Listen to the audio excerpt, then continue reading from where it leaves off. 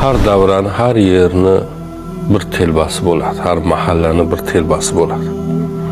Allohning bir erkatoy quli topiladi har doim. Va ular qayerda bo'lsalar, o'sha yerda eng erkin odamlarday o'zlarini tutishadi. Chunki chegaralarni aksari tan olmaydi. Ya'ni insonlar qo'ygan chegaralarda ichida yashashni istashmaydi-da. O'zlari istaganini qilishadi. Shuning uchun biz ularni telbalar deymiz. Bir kino chiqdi, Turkiyada tarjima qilishdi. Dohiy va deli degan. Telba va dohiy degan bir film. Xuddi shunday. Kimini qanaqa darajada ekanligini Allohning o'zi biladi. Bir domla hikoya qiladi. Bir kuni deydilar, shu juma ma'ruzasini qilib tursam, bizni ham o'sha mahallamizda, men imomlik qilib turgan mahallada Solih degan bir telba yigit bor edi.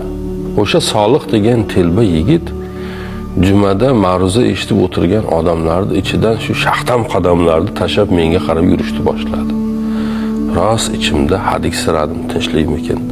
Bu devonani aqliga nima keldi ekan? Nimadirkin, nima qo'yarkin deb xavotirlanib turdim.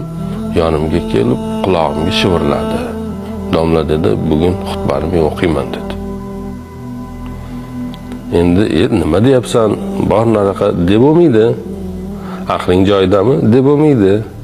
Har narsani kutish mumkin. Solihjon, bu hafta men o'qiy, keyingi hafta sen o'qiysan dedim. Xo'p dedi, ketdi. Ketganiga xursand bo'ldik.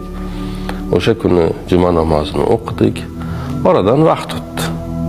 Solih ham kelmadi, keyingi juma ham kelmadi, undan keyingi juma ham ko'rinmadi. Oradan bir 2-3 oy vaqt o'tdi. Bir kuni bir janoza bo'lib qoldi. Janozada qabristonda vafot etgan odamni qabrga qo'yamiz deb harakat qilib, qabrlar qozilib, hamma to'planib, mayitni joyiga qo'yib, endi tuproq tashlayotgandik. Solih yana paydo bo'ldi. Yana o'sha yurish bilan oldimga keldi. Domla, va'da esingizda turibdimi? Meni esimda turibdi. Men hozir odamlarga ayting, tuproq tashlashni to'xtatsin. 2 og'iz gapim bor. 2 og'iz gapimni aytaman, keyin odamlar tuproq tashlaydi, oxirgi gapni siz aytasiz, dedi. Nima qilishni bilmay qoldim. Na xo'p deyishimni bilmayman, na yo'q deyishimni bilmayman. Solihjon deb yana bir gap boshlamoqchi edim. Va'da deb qattiq kesdi va odamlarga shu tuproq tashlash to'xtatinglar dedi. Hamma endi boyagi amirday eshitildi, boyagi buyruq ohangidan hamma hayratlanib Solihga qarab turganda Solih o'sha keldi va qabrga egilib gapirishni boshladi. Gapirgan gapi shu edi. Agar harom yemagan bo'lsang, yolg'on gapirmagan bo'lsang, namozingni o'qib, ro'zangni tutgan bo'lsang, qo'rqmasang ham bo'laveradi deb baqirdi. Va yana aytdiki, agar bu dunyoda bergan bo'lsang, u dunyoda olasan, agar bu dunyoda olgan bo'lsang, u yoqda berasan. Tuproq tortaveringlar dedi, turib ketvardi.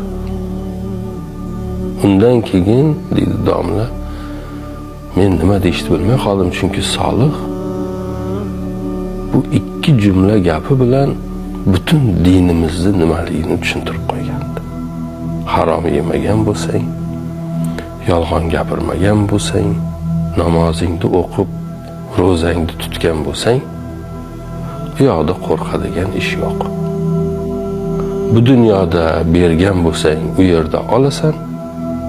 Bu dunyoda olgan bo'lsang, u yerda berasan dedi.